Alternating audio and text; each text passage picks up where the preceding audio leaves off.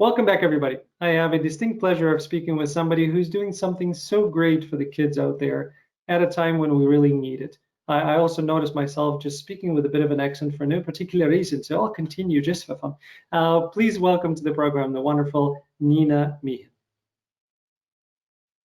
Nina, you are the CEO of the Bay Area Children's Theater. And the reason why I kind of got to know about you is because you're doing, again, something wonderful. You are creating a way for the kids to continue playing because unfortunately the theaters are shut down right now.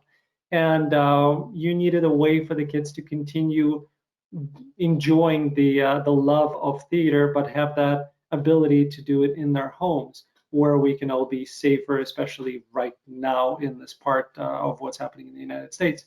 So tell me about your box. I know we had a chance to play with one. We got the, I think it's the ice cream factory fiasco. So, my son took it. I haven't seen it since. I've just seen, remnants all around the house. I distinctly remember the green, a lighter pen, we'll just call it that, and we turned it on, and then it was we tried to figure out how to actually turn it off. So I remember that very well. Other than that, I haven't seen it. So I know it's been used. I know, my son has been playing with it, but please tell everybody else what it's about. Absolutely. So, first of all, thanks for having me. I'm excited to be able to meet you and come on and chat a little bit about Play On. So, yes, back in March when, as we know, theaters just shut down, Bay Area Children's Theater was no different. We had to stop all of our programming. We as an organization specialize in new musical adaptations for kids and family audiences.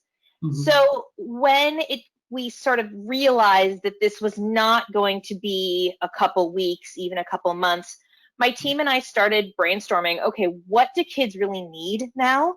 One of the things we love about the work we do is that exposing kids to musicals that are designed for them, that it's a child-focused experience, really just, it ignites imagination and creativity and all of those things that we as performers and we as theater people love. So we started brainstorming. I have 3 kids myself. So I have a 12-year-old, a 9-year-old, and a 5-year-old. And by like 2 weeks into April, I was going, oh my gosh, these kids, they're zoomed out. They're so sedentary compared to their normal lives. Like, what's happening? So we developed this concept for Play On, which is an audio musical with an accompanying what we call our adventure kit. And we really approached it the same way you would approach like a new work process, right? We developed the script and we wrote it as a full musical, but for Ice Cream Factory Fiasco, which is our Play On adventure for older kids, we actually cast the child listening to the musical as the lead role. So they are Agent 11, who is this the secret agent from an organization called Kids Fight Evil Villains. And throughout the whole musical, their job is to jump and run and move and actually make the show happen in their imagination, along with the accompanying adventure kit. So like the little green thing you were talking about, and by the way, I do have a kit here, so I can use visual aids if you'd like. That is that serves as a laser pointer that opens the door to the factory, and at another point it helps to distract the evil villain from flooding the town with hot fudge sauce. So there's a lot of things that happen during the show. And so we're a theater company. We make musicals. And now we said, okay, we can make musicals. We can figure out how to make a subscription box. And that's how we ended up with Play On. That's wonderful. And what have the responses been so far? Actually, before we get to the responses, because I know there's a lot of product testing that went on, what was your favorite part of the product testing experience? What did you enjoy?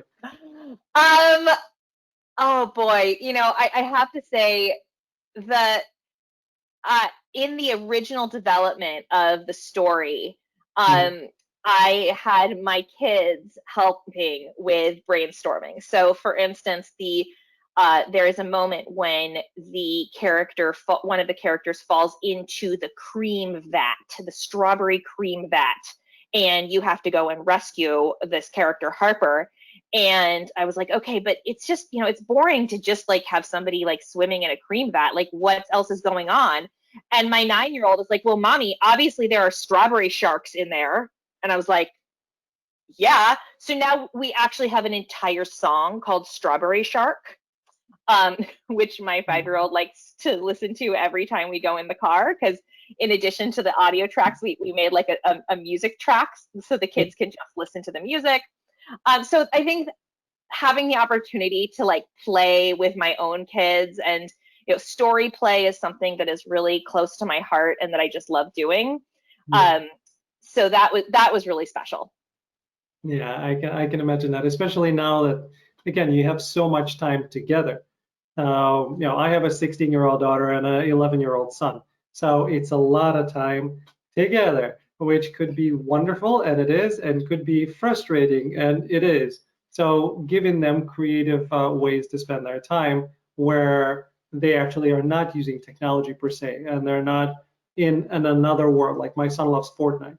So Fortnite, it's a great way for him to communicate with his friends and do something together. So I appreciate that aspect of it. But the PTSD that comes with it is not something that's great. So you have to balance things out, and that's why a play box like this is so great, because then it can be in a nice imaginary world instead of the one like my son where people are shooting at him. So yeah, it's funny you say Fortnite. Of course, my boys are also the video game world. Actually, I will say was in some ways a little bit inspiring for us, because so quickly the way that the kids are interacting with each other while gaming, which is very new for me to see. That's how they do play dates now, is like through that process. But early on, what you were talking about, that sort of that PTSD thing, it's real. And I think a lot of it is because none of the imagination has to happen here, right? It's all presented for you. And so nothing is challenging you or the child to take that extra imaginative leap. So I like having that balance. I think balance is the key right now. I mean, yes, we are spending a lot of time with our kids, and that has beautiful, wonderful aspects that I am so deeply grateful for. And also, it's hard. And so when we've created Play On, like particularly for that older age range, that we designed it in such a way that you could do it, with an adult if you felt like it, or you can really do it very independently with your headsets, and you go off. And we got, you asked about parent feedback. So the best we got was, I got 2 hours just by myself, right? Which is so huge right now, because it's not like it's 2 hours by yourself with your kid, like zombieing out in front of YouTube. All power to YouTube, like if Doc McStuffins didn't exist right now, I can't even tell you. But what we are able to do with Play On is have those moments when it's about what's happening in the imagination. And for the little ones, we have a box where it's interactive with an adult. So, but it takes that pressure and stress off of the parent of the 3-year-old to let somebody else guide for a little while. And in this case, the audio guiding. Because again, even as a kid, I remember my mom sitting there and making up these incredible stories that I didn't realize that she was making them up until I grew up a little bit. But she was just creating stories, and I was engrossed in those stories about now it sounds weird, but like the Sausage King and all sorts of cool things. And like I still remember them because it's all about imagination. And she was painting those pictures that stayed with me. I'm 45 now. I still remember the Sausage King.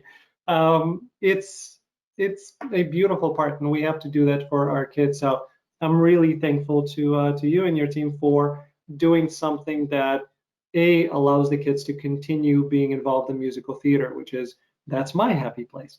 Musical theater is my happy place. People who've watched these interviews know that anytime I, as an actor, as a person, anytime I get out of balance and I get into a place of anger or a place of anxiety, then I go and I rewatch some musicals. And that really sets me back because that's the proper vibration for me. That's my happy place. I get back to me. And it's imperative.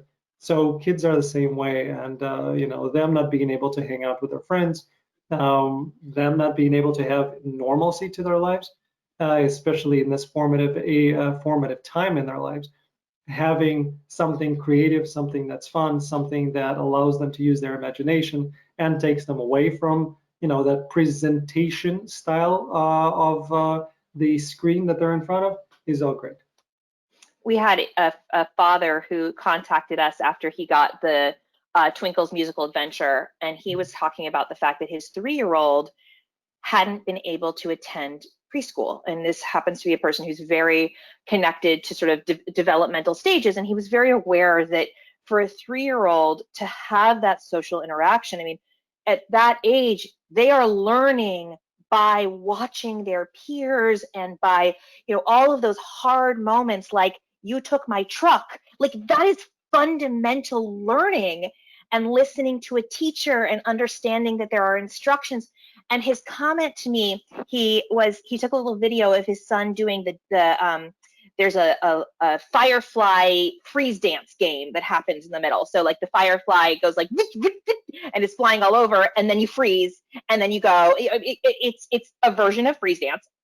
And he took this video and he said, I have to tell you, it was so warming to my heart to see my son actively participating in this, because I am so worried that he's not getting that early development childhood experience. So to know that he can actually listen, he can do this, and that he was inspired to challenge himself by learning how to do it. And like, of course, heart explode, right? Like I was so happy to hear that kind of feedback. Yeah. Do you write any of the lyrics yourself? I know, again, it's an iterative process. I know you got the idea for the Strawberry Sharks from your 9-year-old, but 9-year-old or 5? 9-year-old. Yeah. Do you write any of the lyrics yourself or music? So I don't write the music or lyrics. We have 2 amazing composers and lyricists who are doing that. Austin Zumbro, he's our resident playwright composer. He's written Llama Llama Live. He wrote Beautiful Oops. He wrote Press Here, all of these adaptations of great children's books. And then our other composer is Dan Mertzlift, who previously had written for us Construction Site on Christmas Night, but now has like exploded on TikTok. I don't know if you are a TikTok follower at all, but his grocery store musical, Ratatouille, and then recently he was on the Late Late Show with James Colden about his Thanksgiving musical. So it's been this really fun journey working with him, because while he's doing all of these, Strawberry Shark songs, he is simultaneously like blowing up in TikTok world. So that's fun. That's awesome. So to answer your question, I did a lot of the writing of the dialogue and a lot of the sort of dramaturgical structuring. The way like I often work with Austin is like I write what I call like the nasty draft, and then Austin goes in and he'll make it funny and can clean it. So because my specialization, much like your mother who told you stories, I grew up with a grandmother who a grandmother who was a children's librarian. So story was everywhere in my life. So character and story arc and different kinds of conflict, like all of those stuff is just my bread and butter, and I love it. And how did you get started in it? I know you're the CEO of the Children's Theater, but how did you get to this point? And the show is called The Love of Acting. Where does your love of acting come from? Well, I started out as an actor. So, the real start of my acting career was in 2nd grade as the mailman in a school production of The Jolly Postman. It was a Tony Award-winning depiction of the mailman. I just want to be clear. Thank you. But no, I mean, I've always loved it. I was a very, very shy kid. Like I was I was not outgoing at all. I am dyslexic, so academics were really challenging for me.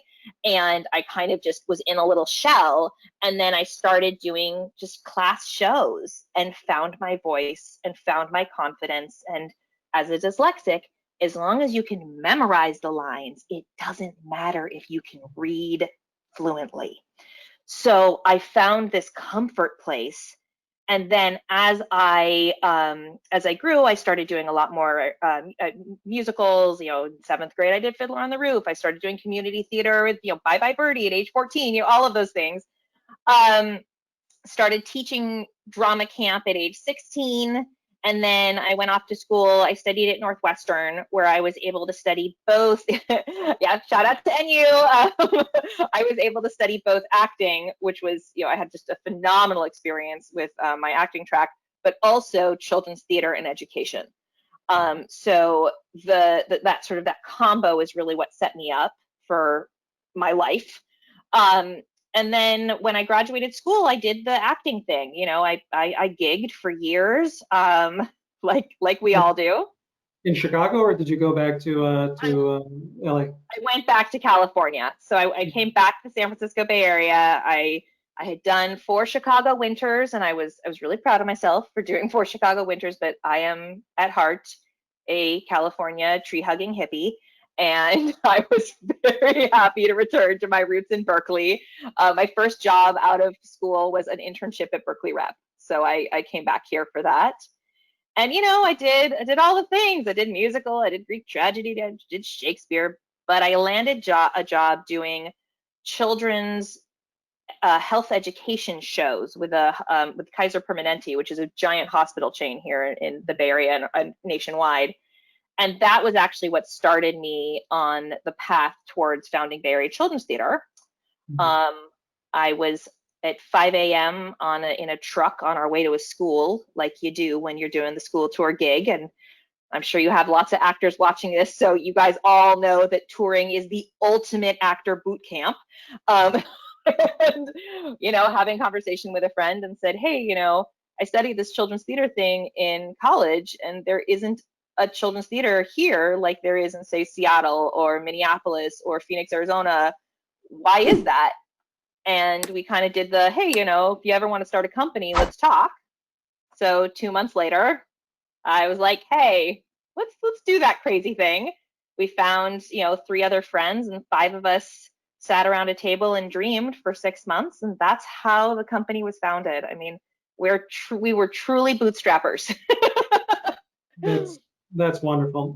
By the way, I'm in Chicago, so I know the Northwestern campus really well. My brother used to work for Northwestern. One of my best friends still works for Northwestern. Awesome.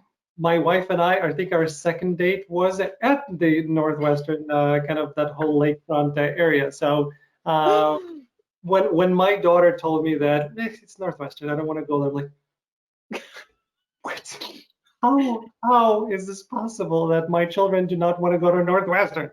But yeah. I understand. I grew up literally 10 minutes from UC Berkeley campus. My dad's is a retired professor there, and I got to my senior year and I was accepted to Berkeley, and I was like, I'm not gonna go to Berkeley, and my parents were like, but I wanted to go and study theater. So, and I loved Chicago. Like, I have to say, I was very tempted to stay. It was such an amazing city. And the theater scene there is just so fantastic, and it's so grounded in being real. And I loved that. But here I am, California. And it's much, much better weather where you are. Although Bay Area, me being from Chicago, when I went to San Francisco for my 40th birthday, which is, April 25th, my wife and I went, and we just, hung around San Francisco, going across the Golden Gate Bridge in, end of April. I had 3 layers on, including gloves and a hat, and I was more frozen than I ever have been in Chicago during the winters. Yes, this is the secret of the San Francisco Bay Area that we don't actually tell anyone, which is when you get those foggy nights and the wind going, or even the foggy days, and Yeah. it's like this bone-chilling wet cold that is so different than anybody has ever experienced. It's so true. I was blown away, almost blown away, because we were on this bus, and of course I had to sit in the open, second deck because I want to see everything. I was just frozen, and I thought I was smart. Like, yeah, I'm gonna wear layers, I got this. No, I did not get that. And then you get off the bridge and it's warm again. I'm like, this is weird. So yeah. Yeah, no, we have some crazy little microcosms here. But anyway, so so that was, yeah, I guess at this point 17 years ago we started the company, and it grew from there. That's wonderful. Again, kudos to you and your friends for doing that. It's needed. What's interesting to me is that, again, in a children's theater, you would have kids who are a part of the performance, correct? Actually, our model, so we modeled off of Seattle Children's Theater, Okay. and we actually went up there and like benchmarked for best practices and the whole thing, because we knew from day one we wanted to be able to do student matinees, which were Mhm. during the school day. So we always had adult professional actors doing shows for families and students, but then Mhm. we also have an academy program where kids can take classes and perform. So we sort of had both sides in the world of, I think that there's a lot of value for kids to sit and watch a show and learn how to be an audience and have the critical experience of, like, what am I seeing, what am I hearing, how do I interpret this, the visual experience of the sets and the costumes. And then for some kids, they also need to have the chance to get up there and do it themselves. And I think that there's value to both, so we always had that balance going. And have since it's been about 17 years, as you mentioned, have any of the kids who have gone through that program become professional actors? So okay, so the our academy program started like with full force about 10 years ago. So we do now have a couple kids who are, like, we've got one who's at UCLA. Oh, this is a fun one. So we have one who's at UCLA as a musical theater major who started with us, way back in the day, who actually in Ice Cream Factory voices Harper, the character Harper. Oh, that's So Tiffany was like a kid who grew up with us and has now gone to study theater. And we said, hey, she was home for the home. She was home, and the nice thing about audio acting is right now you can do it from wherever you need. So we were able to cast her in this professional show. So that was really fun to be able to sort of start closing those gaps. that's where I was hoping that this would be going. Is that enough time passes where you get a chance to really see the fruits of your labor, and that's awesome. Yeah, Yeah. we also have another student who has been with us for a long time, and we have a class that we were running for a while called it's an online class. I think it was called like Broadway Talk, and it was basically like for kids who are just, there are those like hardcore Broadway kids and who just want to talk all day about, Dear Evan Hansen and Beetlejuice and all the things. And so we gave them this opportunity. It was like a 30-minute class where you could just come and like chat. And at first, the person who was leading that was one of our former students. So we've had a lot of opportunity for those kids to grow up through our student leadership program, assistant direct, assistant choreograph, learn from from our directors, and I look forward to the day we are opening up again, because I have to say that's been a lot harder in the virtual space, but we have managed to have some kids do some assistant teaching even in COVID times. Yeah, and teaching is so important. Anybody who's gone on and done some teaching in whatever capacity knows that the way to learn anything is to teach. Exactly. Because in order for you to explain what needs to get done, you really need to understand it yourself much better than you thought you need. So I found that, and it's been tremendous in my own growth. That's Yeah. why I kind of, anytime I come up with something, there is a video that comes up on YouTube of me explaining it, partially for me and partially for everybody. Hopefully it'll be of use to them as well. Um, Absolutely. what, again, nobody knows, right? California is not doing well. Chicago, I think the Right, whole, right now, nobody is, to be honest. But yeah.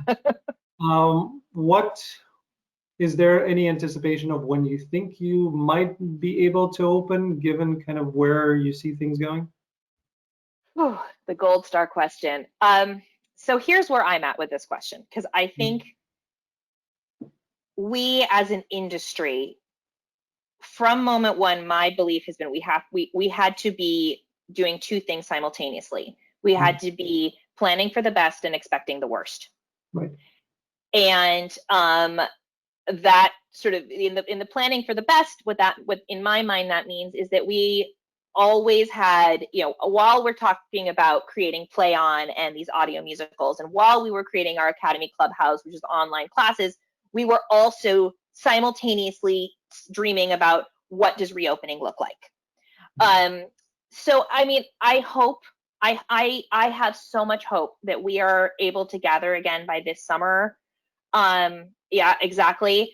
But I also know that the way this virus has affected our country, it's not going to be like we just snap a finger and everything goes back to normal. And I think that's the part that for me is the thing that I'm spending a lot of time thinking about is how have families, how have the habits and traditions of families and the way that we interact with life and culture shifted? What will shift back? What will stay the same? And I'm going to be really honest. I hope that when we do come back, that everything we have learned during this crazy time as an industry helps inform the work that we come back. Like, I don't want to just go back as if time stopped. Let's use, we've learned so much, and our country has come to so many incredible, important reckonings in this moment. Like, there's been so many opportunities to grow and change. And I think about, like, our friend Dan Mertz left over there in, TikTok land with 5 million views of his grocery store musical. We as theater artists need to look at that and open our eyes and say, okay, we want the younger generation excited about what we do. Guess what? They are excited about singing. They are excited about dancing.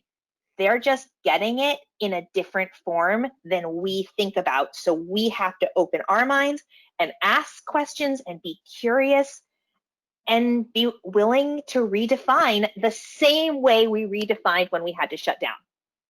Yeah, it'll change. And, TikTok, my son, my daughter, they're all on TikTok.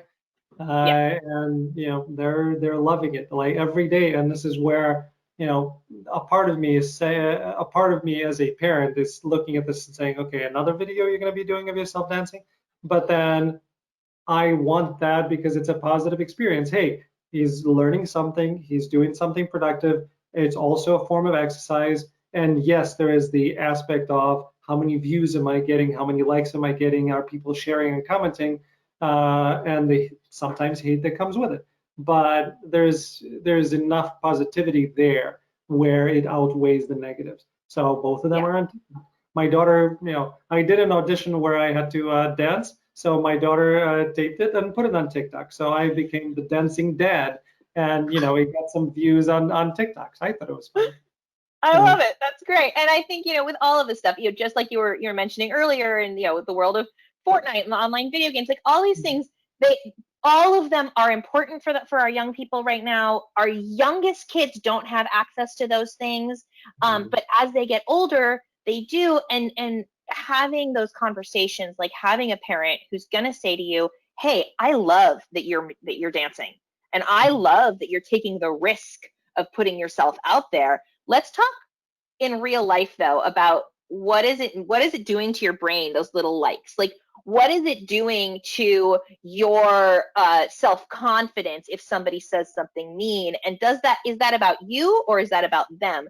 And like learning how to have those conversations. And there's got to be a world when theater comes back in its more typical form that those conversations are also part of our vocabulary across the board. Yeah, and maybe it'll be a kind of more interactive and immersive experience when it comes back, which will be even better. So Which, let's. I mean, I would love, like, I've always been like, I'm as a theater maker, I love interactive. When we did Beautiful Oops the musical, I don't know if you know the book. It's this amazing book by Barney Salzberg, and the main theme of it is that every mistake is an opportunity to make something beautiful. And we literally had our audience, there's a blank page in the playbill, and at one point it needed to snow in the show. And the audience ripped out the page in the playbill, ripped it up into tiny little pieces, and everyone threw it up in the air all at the same time. And at just that second, we cued a snow machine that was filled with ripped up little pieces of paper, which we recycled. And it was like that kind of like magic that can happen in a moment like that. It can't be described. And that's, I think, as you ask, where did Play On come from? It's not like we as a company had never done interactive.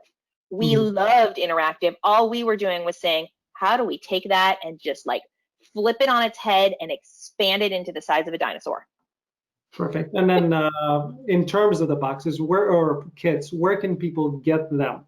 I know that you put a link below this, so everybody look in the description, open it up. A lot of people don't even know that, under the video, there's a little carrot. You can open it up and there's all sorts of information below it. So we're going to put it there, but where can people do it if they're not? playonkit.com, playonkit.com. And there's information there about our Play On Discover, which is Twinkle's musical journey. And then there'll be 3 more of those because it is a subscription box, Ice Cream Factory Fiasco. And we also have an all play for families, which is called the Gingerbread Family, where moms, dads, moms and moms can play with their kids. That's awesome. So everybody, please go and check it out. They will be right below the video. Perfect. Well, Nina, thank you so much for joining me. Thank you for what you're doing. Please continue persevering. We need theater. We need children's theater. We need musical theater. I can't wait until Broadway comes back. My goodness. So I really, really appreciate it. Thank you. And thank you for doing what you're doing. It's also important to spread stories right now. Thank you. And thanks to everybody for tuning in into another episode of The Love of Acting. We know you love it as much as we do. You know you need it. We know you need it, and you know you need it as much as we all do. So thank you.